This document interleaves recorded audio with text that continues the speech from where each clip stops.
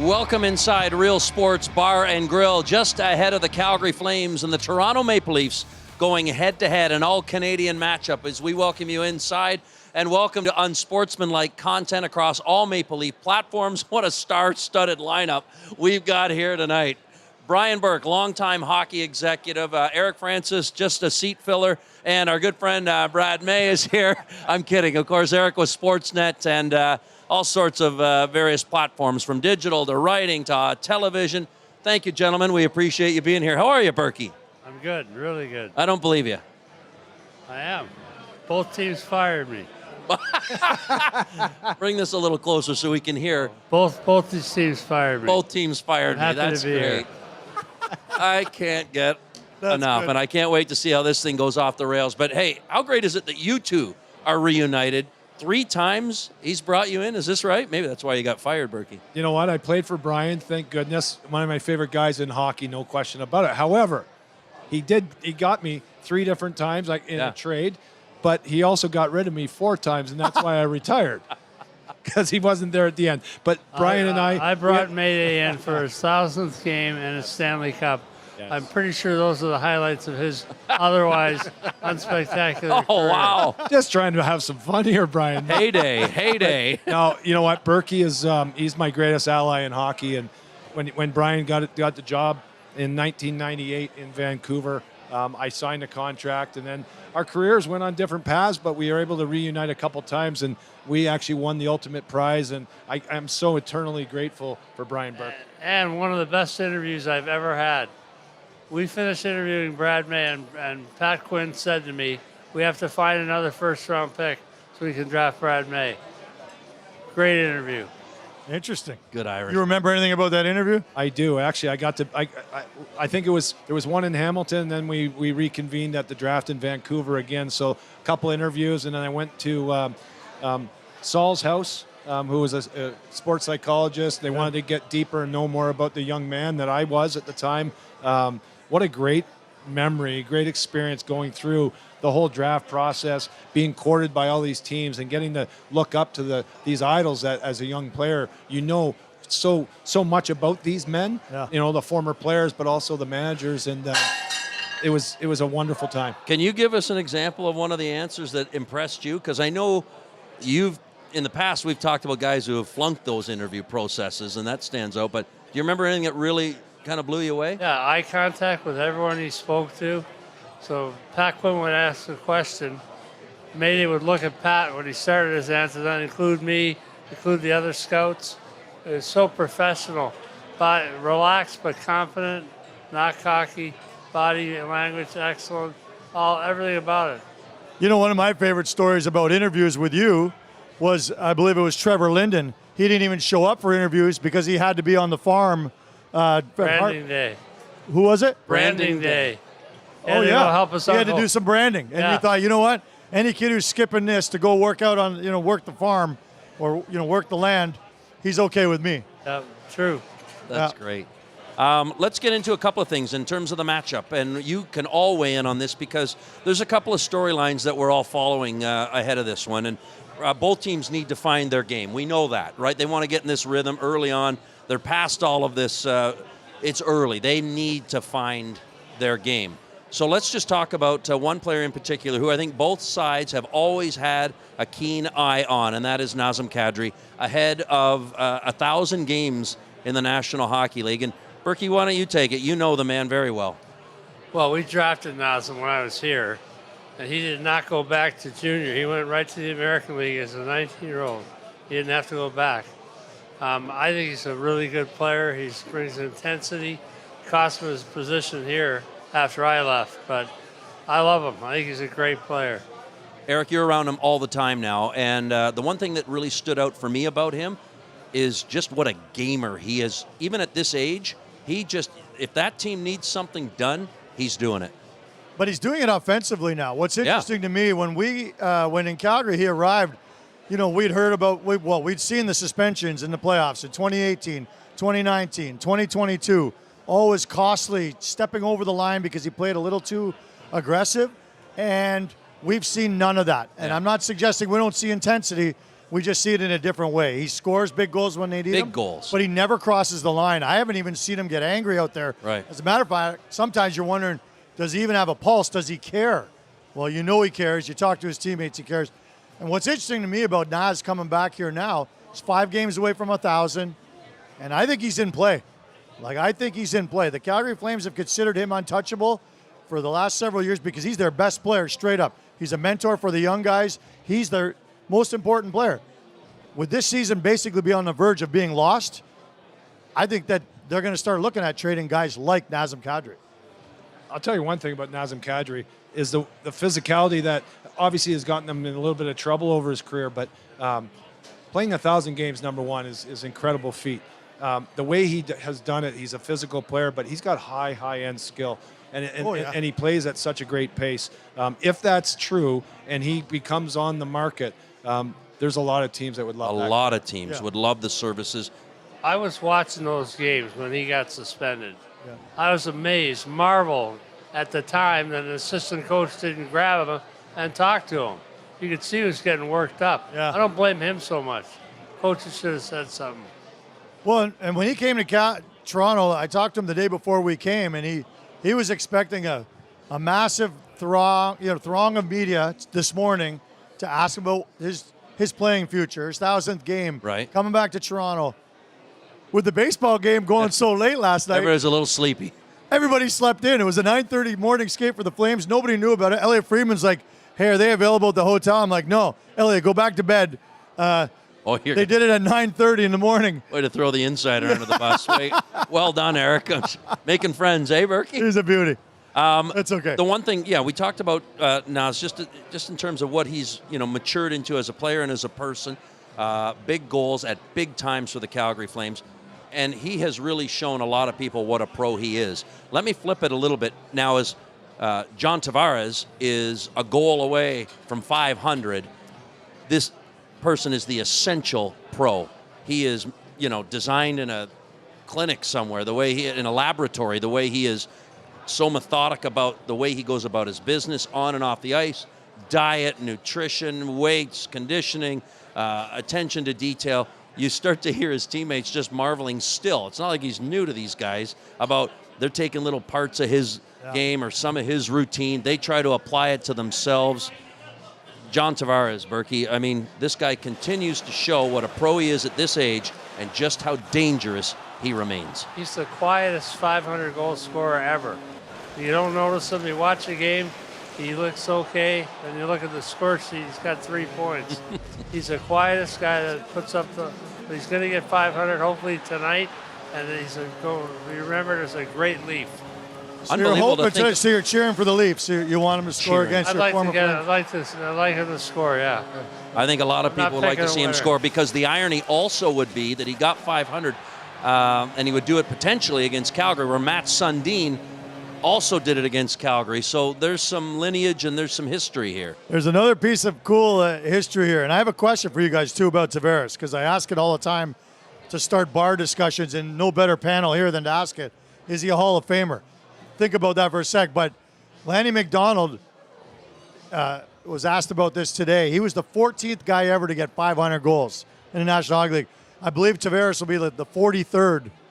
And you tell me about a guy who really wanted. I think Lanny had to get 11 goals his last 7 games to get to 500. Tavares just quietly, piece by piece by piece. Is he a Hall of Famer? I'm on the selection committee. I knew you were going to say that. We'll maybe skirt that. Okay. So I'm going to influence this. And Brian's a dear friend of mine. I want to look him straight in the eye. John Tavares is a very similar player to Pierre Turgeon. Would you agree with that? The way they played, cerebral, I didn't real think of it thinkers, that way. quiet but nasty with the puck. Never lost a puck battle on the boards, and never won a Stanley Cup at this point. But 300 points behind Turgeon, I think. I have to check the numbers. I don't know. Well, no, Pierre had around 1,400 and something. Yeah. But I see John Tavares, his career is still going. And the way he's played thus far, he's on the brink. He's in the conversation. Again, there's so many great players that are on the outside looking in. But I like John Tavares' game. He's been a leader in New York and in Toronto. Unfortunately, his team hasn't gotten beyond certain rounds. But John Tavares, his skill set 100% is in that. He led those Islanders for so many years. We forget how many years he was their leading scorer and their leader. He was the franchise. Yes. But they were a bad team. Now you come to Toronto and you play a second, third, sometimes fourth fiddle to all these other stars, but yet he quietly goes about piecing together these crazy numbers.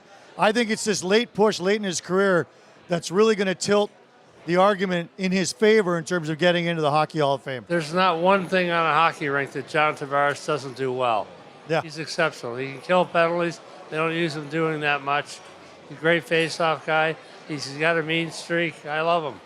Yeah. Love that, Berkey. Matchup thoughts, because you're going to see Dustin Wolf tonight for Calgary. We expect to see Anthony Stolarz for Toronto. What have you liked, Brian and Brad, because you've been watching the Leafs a little bit more, Eric in a minute, about what Calgary's done right against the Rangers, but as this team in Toronto is trying to find the rhythm, what have you liked most about their game, and what's an area, maybe an observation, that you think still needs to find its right gear? I think they've looked slow, except the last two games they looked a little quicker. They're not a slow team, but they're playing slow right now for me. That's the number one thing. They've gotten beaten by quicker teams. That's got to change right now. And I would add to that comment, Eric, the Toronto Maple Leafs, I see players thinking while they're out there trying to figure out where they need to be on the ice. They get puck watching a couple games ago, goals against.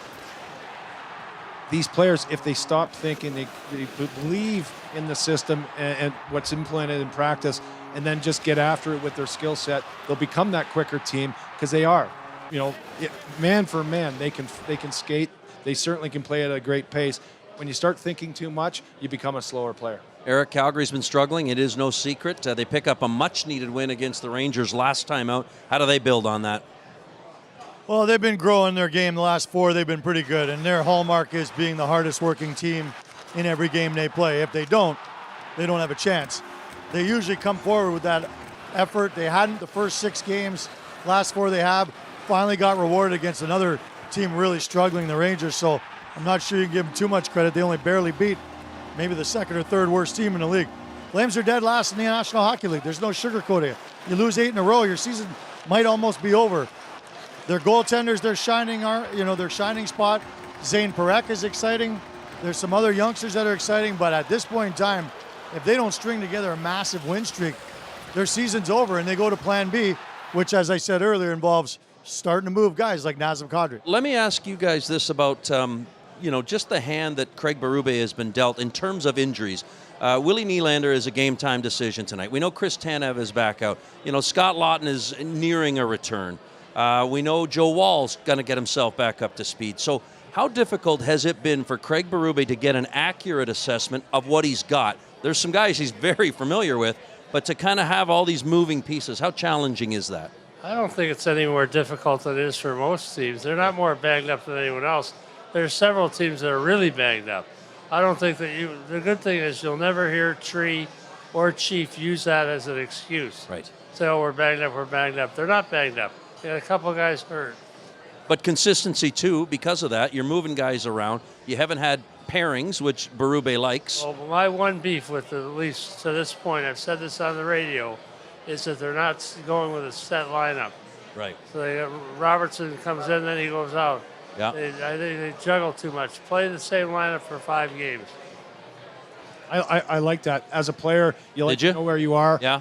And have an opportunity that if you start off a game in the first period, and let's say you're more visible than other teammates, that the coach has confidence and can move you up and down the lineup.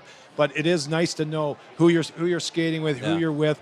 But no excuses, man. These guys are hockey players. Right. There's actually a language in hockey, or just the feel. Skate, shoot, hit, get on the right side of the battle, and you know what? Make the right reads. And the bottom line is if you're thinking too much, for whatever reason, you're not going to be as quick. I think Toronto's going to figure this out. It does take time, but the season started weeks ago, and every team's in the same boat. What are you snickering about? I'm laughing at thinking about Nick Robertson this morning, and you were there, and he talked about how he was playing with Dustin Wolf when they were young kids in California when they were 5, 6, 7. And someone said, did you think he could ever make it, or was he too small? And Robertson's response was, Well, we were all small. Nobody knew if anybody could make it. And here they both are in the National Hockey League. Nick's 5'9" and still in there, and Wolf is, well, Berkey, you might know, he was listed at 6 feet, but he's several inches You think below that's 6. generous? Yeah. So they're both pretty small, Tell him but not they to still take made a it. mug shot. Let's stick with Nick Robertson because this is a player who's going to get an opportunity again. It looks as though, if Nylander doesn't go, that he could be back on the top line. Now, you mentioned it. He was out. Then he comes back in. He scores. This is a guy who's kind of had to deal with a same old storyline in terms of staying in, staying consistent, gives you a little bit to look at and really like, and then all of a sudden it may drop off. So what are we noticing about Nick? Berkey, you're here at every game. You watch him closely. What are you seeing? Well, he's explosive, but he's not an explosive player all the time. He plays offensively very well when he feels like it. I think he's got to be more consistent. And I think he's got to hit once in a while, which he does. He can do that. I think he's got to be a better player more often. I just think he has to change the narrative. The way we all look at him, he's had a snapshot of his career. We all know what his attributes are and his skill set. And I think Brian's absolutely correct. A little guy, it's not what's expected. It's what you do when it's unexpected. And it's different times in a game. If that's a big hit, going after a bigger player, and I'm not suggesting taking penalties or being any bit nonsensical, but for this player, he's got to change our narrative because we all talk about the same guy. He's got a world of skill, but we don't see it all the time. What's the narrative around Dustin Wolf? Signs a new big deal and is the number one man in Calgary. He is elite fast. He thinks the game. He anticipates like few others between the pipes. But he's in one here because of what's in front of him in terms of challenges. Well, you look at it, and in a lot of ways, they got it backwards. Usually a team, like I look at the Montreal Canadiens. Am I allowed to say them around here? I don't know. But tread lightly. It's an. I got your back. Okay, you got my back. Thank you. It's an love exciting fighting them. team, and they've got a lot of nice parts. But I still think the big question mark for Montreal is a goaltender. You build, and then you add the goaltender as the final piece, in my opinion. Yeah. The Calgary Flames kind of have it flipped the other way around. Which they did with Kiprasov. Exactly. It masks a lot of problems along the way. And, I mean, it's a nice problem to have. You got the most important position solidified for the next 8 years. But he's keeping in games that maybe you don't want to win too often because you want to get into the Gavin McKenna sweepstakes potential. Well, that's philosophical. That's philosophical. I don't know if Mr. Edwards would share your sentiments, but you're talking about a fan base. Don't share the same sentiment, Murray and I. That's okay. That's no, right. I'm just kidding. But, hey, well, he's a great goaltender, and you're going to see a special kid tonight. If they're across-seam passes, you're going to see him beat the pass to the player on the other side and make a spectacular save. I do think he's going to be a top 5 goalie in the National Hockey League. I already think he's in the top 10 or 15 at age 24. A lot of great years ahead of this kid right now. And I think people want to come and see exciting young goalies, especially since he's only 166 pounds, and that's what he's listed at. So, Berkey, I don't know what the math is. You minus 10% on what the reality is when you list these kids. Wait, the hair, everything. He's like Johnny Gaudreau. They had listed him, he had it like 155. There's no way he was $150. It's amazing. I will say this. I agree with your assessment of Dustin Wolf.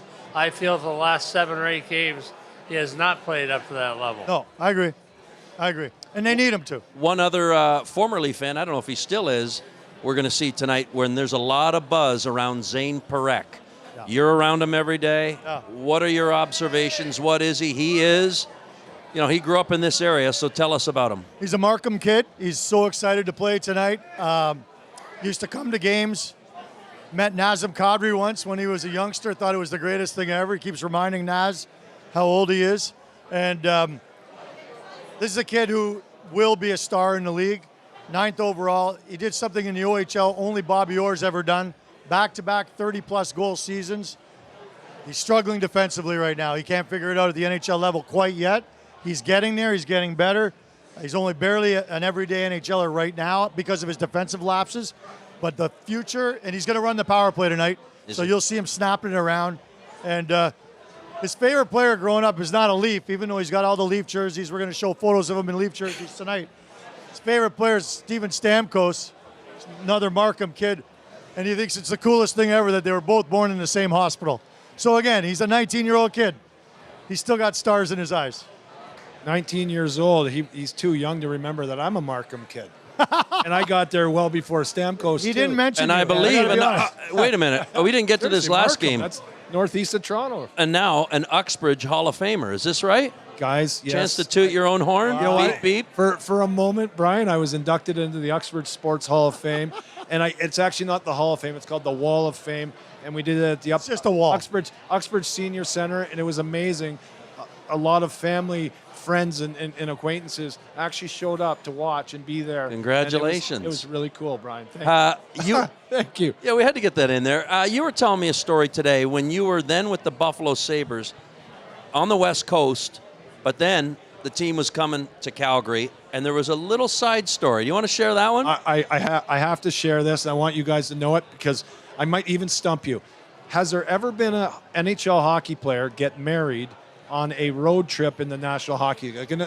Not All-Star break, not a break in the schedule, but on an actual road trip. Well, now that Vegas is in the league, it's possible.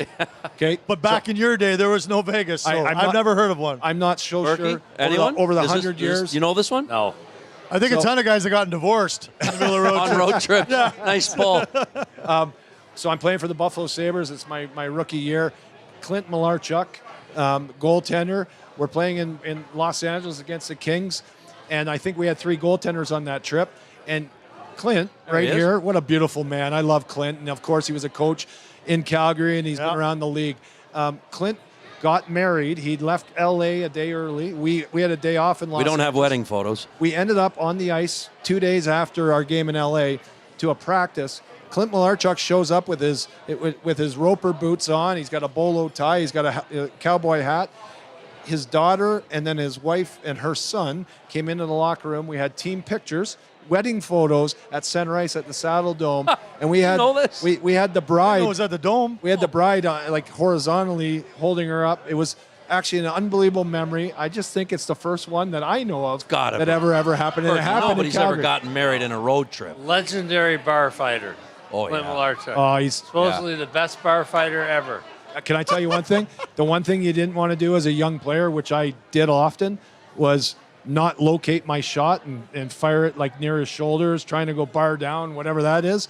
And the next thing you know, the puck would come screaming right by your face. He was trying to hit you too in the corner. And every player that was there before me knew when to get out of the way. And there's a young guy, and it was like shooting practice. I But love Clint was mean. I man. love. He was But he was mean. beautiful. He was fire. intense. Remember the incident in Vancouver between the Flames and the Canucks? He was in the hallway, leading with his chin the whole way. He was ready to go at the drop of a hat. He wanted a piece of tortorella. Why don't we? I had a chance to catch up with Dakota Johnson, who, he's a big boy, or Dakota Joshua, excuse me, Dakota Joshua. I was going to correct you, but this is your gig, not mine. We're live. Dakota Joshua, forgive me, Dakota. Great save there, Sean Bowen.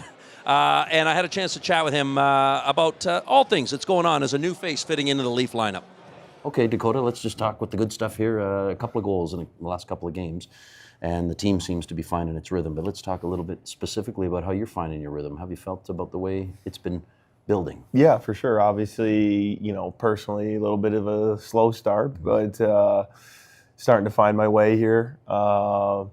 This past weekend was good for the confidence and to just feel more comfortable and getting closer with the guys as a whole, and all of us coming together has been good. I think on the outside, it made me think, what takes a guy a while to get going? You just mentioned it. Kind of knowing the players is one thing that off the ice has to lend itself to on the ice. Systems are one thing, confidence, getting familiar with everybody. Yeah. So what is the key to that? I would say, right, it's not going to happen overnight, but to keep going at it every day and, just getting closer with the guys goes a long way on the ice. So it takes time, but obviously, can't take too long here in this business. Sure. So there is that aspect to it.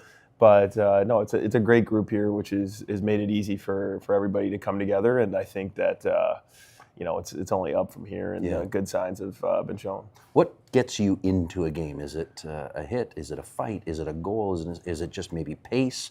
When you know you've got to find another gear, Yeah, what speaks to you early? I would say it can come in a couple of different ways. Hitting, making a nice play, like you never really know what's going to come about that'll wake you up and get you going. But I feel like, I'm here for all of it, and you just kind of go out there and take what you can get. For sure. And I think with Chief kind of using you in all kinds of different situations, I would imagine that works for you. Yeah, no, for sure it does. And back to how do you get most involved in the game? Being out there in those situations, goes a long way.